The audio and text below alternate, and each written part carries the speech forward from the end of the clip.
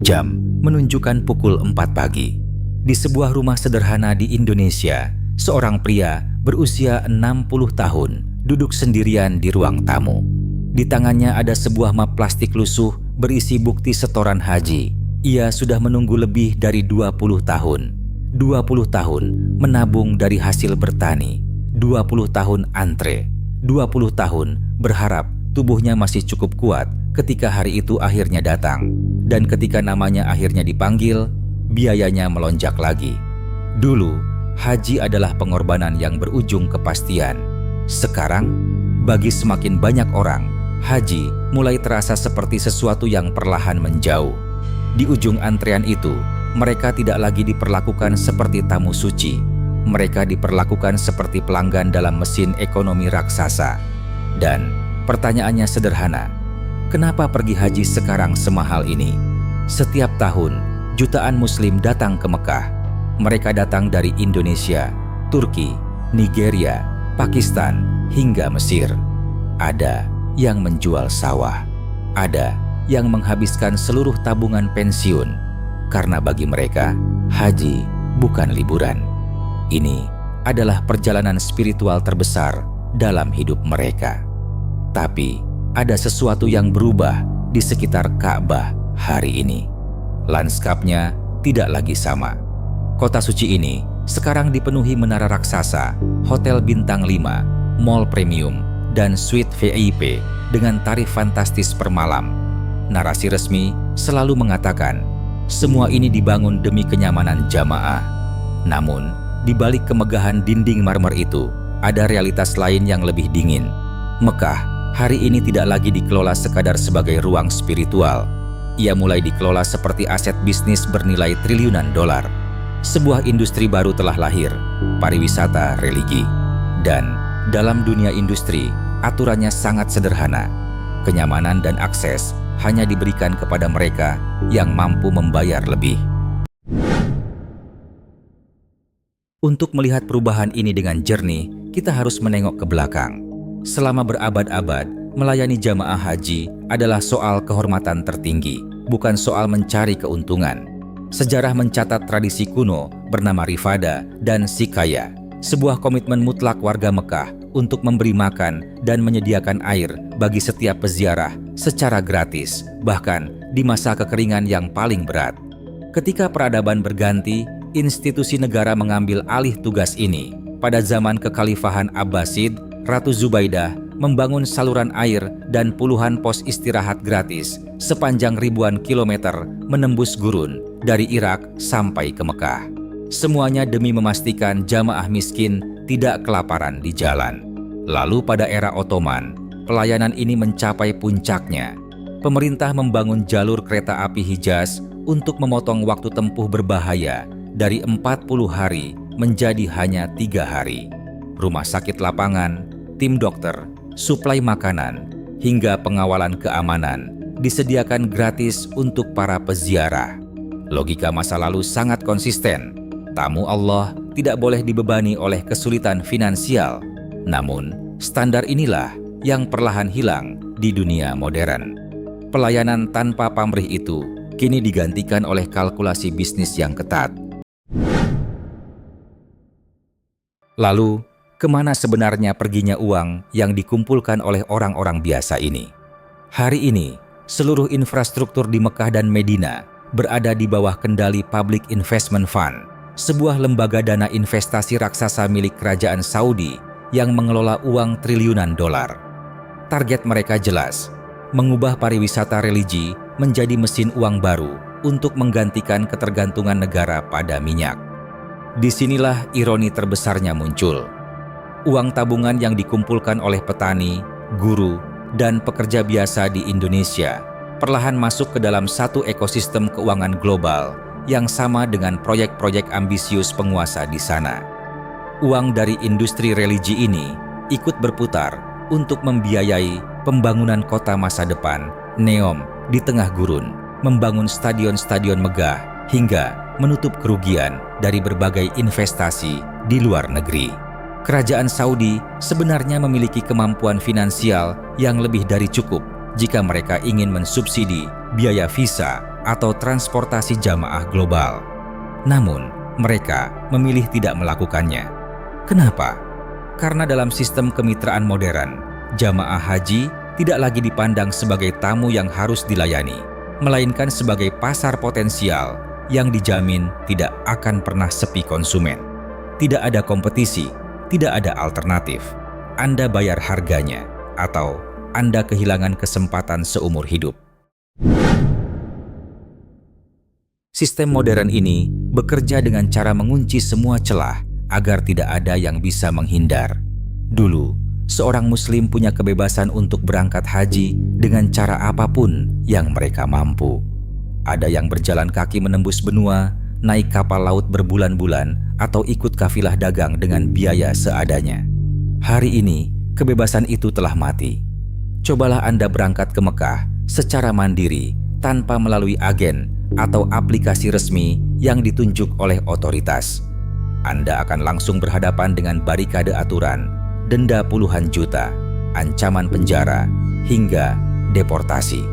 Sistem modern tanpa sadar telah menutup pintu bagi cara-cara perjalanan tradisional yang dulu biasa dilakukan oleh orang-orang miskin. Melalui sistem kuota yang ketat dan platform digital terpusat, akses menuju Ka'bah diubah menjadi pasar monopoli mutlak. Bukan itu saja, sistem ini juga menerapkan harga yang berbeda berdasarkan wilayah. Jamaah dari negara-negara dengan mata uang kuat seringkali dipaksa membayar paket hingga berkali-kali lipat lebih mahal untuk fasilitas yang sama persis dengan jamaah dari wilayah lain. Harga tiket dan akomodasi tidak lagi sekadar mencerminkan biaya real di lapangan. Ia mencerminkan kalkulasi algoritma tentang seberapa dalam kantong seorang jamaah bisa dikuras berdasarkan asal negaranya. Dampak paling nyata dari komersialisasi ini adalah lahirnya tingkatan kelas dalam beribadah. Padahal, esensi paling mendasar dari haji adalah kesetaraan mutlak. Ketika jutaan manusia menanggalkan pakaian duniawi mereka dan memakai 2 lembar kain putih yang sama, tidak ada lagi perbedaan antara pejabat dan rakyat jelata. Semua berdiri sejajar di bawah langit yang sama.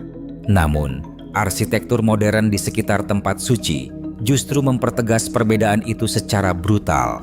Sekarang, pengalaman haji Anda ditentukan sepenuhnya oleh kelas paket yang Anda beli. Ada paket premium, berbiaya ratusan juta, yang menawarkan tenda mewah ber-AC tepat di samping tempat melontar jumrah, lengkap dengan jalur evakuasi khusus dan makanan hotel bintang 5. Sementara di sisi lain, ada paket biasa untuk orang-orang kecil yang harus berjalan kaki belasan kilometer di bawah suhu ekstrem 50 derajat Celcius, lalu tidur berdesakan di tenda sempit dengan fasilitas sanitasi yang seringkali tidak manusiawi. Ketika kenyamanan fisik dan keselamatan nyawa dijual sebagai fasilitas ekstra, ibadah perlahan berubah menjadi piramida kelas sosial yang telanjang. Mereka yang kaya bisa membeli kecepatan dan memotong penderitaan fisik, sementara orang biasa harus bertaruh nyawa dengan sisa-sisa tenaga di usia senja mereka. Dan celakanya, kontrol itu ternyata bukan hanya soal uang. Ketika sebuah ibadah diubah menjadi industri yang dikelola secara korporat, efisiensi dan keamanan berubah menjadi bentuk kendali yang mutlak. Mekah hari ini dilengkapi dengan teknologi pengawasan tercanggih di dunia, mulai dari ribuan kamera pemindai wajah hingga pelacakan data besar. Secara resmi, semua teknologi ini dipasang demi keselamatan massa. Namun dalam sistem modern yang serba digital ini, ia juga bekerja sebagai alat penyaring yang dingin. Tanah suci perlahan kehilangan sifatnya sebagai zona perlindungan yang bebas dari tekanan politik luar. Banyak laporan menunjukkan bagaimana para peziarah kini mulai diawasi secara ketat terkait sikap politik mereka. Di tengah berbagai krisis kemanusiaan dunia, siapapun yang mencoba menunjukkan ekspresi atau solidaritas kelompok, meski hanya melalui simbol kecil, akan langsung berhadapan dengan aparat keamanan. Pesan yang dikirimkan oleh sistem ini sangat sunyi, namun menakutkan. Anda boleh datang ke rumah Allah, tetapi hanya jika kehadiran Anda tidak mengganggu kenyamanan industri dan politik penguasa setempat. Ketakutan akan kehilangan akses atau masuk dalam daftar hitam digital membuat banyak orang memilih untuk melipat suara mereka. Mereka melihat perubahan ini, mereka merasakan ketimpangan ini, namun mereka terpaksa diam karena itulah satu-satunya cara agar mereka tetap bisa bersujud di sana. Namun mari kita jujur pada diri kita sendiri. Tragedi terbesar dari semua ini sebenarnya bukan terletak pada seberapa mahal tarif hotel atau seberapa ketat kamera pengawas di sana. Tragedi terbesarnya ada pada diri kita sendiri. Standar kita sebagai umat telah merosot begitu jauh, hingga eksploitasi seperti ini sekarang terasa normal. Kita sudah terlalu sering melihat ketidakadilan, sampai pada titik di mana kita berhenti bereaksi. Kita menjadi seperti kaum yang terbiasa hidup di bawah tekanan, hingga tidak bisa lagi membayangkan bagaimana rasanya hidup merdeka. Hari ini, jika ada orang yang mengusulkan bahwa perjalanan haji seharusnya bisa diakses gratis atau disubsidi total oleh institusi bersama, kebanyakan dari kita akan langsung tertawa skeptis. Kita akan menganggap itu sebagai khayalan yang naif. Sama seperti ketika kita menganggap narasi tentang pembebasan Al-Aqsa atau sebuah tatanan ekonomi yang bersih dari bunga dan riba sebagai sesuatu yang mustahil terjadi di dunia modern. Kita telah dikondisikan untuk menerima kemunduran ini sebagai satu-satunya realitas yang sah. Kita tidak bisa lagi membayangkan sebuah peradaban yang benar-benar melayani umatnya, alih-alih memeras mereka sebagai target pasar. Jadi, penghalang pertama dari perubahan ini sebenarnya bukan ada di Mekah. Penghalang itu ada di dalam kepala kita. Mungkin pertanyaan benarnya bukan lagi kenapa haji sekarang semahal ini, melainkan kenapa kita dengan begitu mudah percaya bahwa ia tidak akan pernah bisa menjadi murah kembali. Selama ribuan tahun, tantangan terbesar dari perjalanan haji adalah alam. Badai gurun, jarak yang jauh, dan keterbatasan fisik. Hari ini, tantangan itu telah digantikan oleh mesin birokrasi dan logika pasar yang dingin.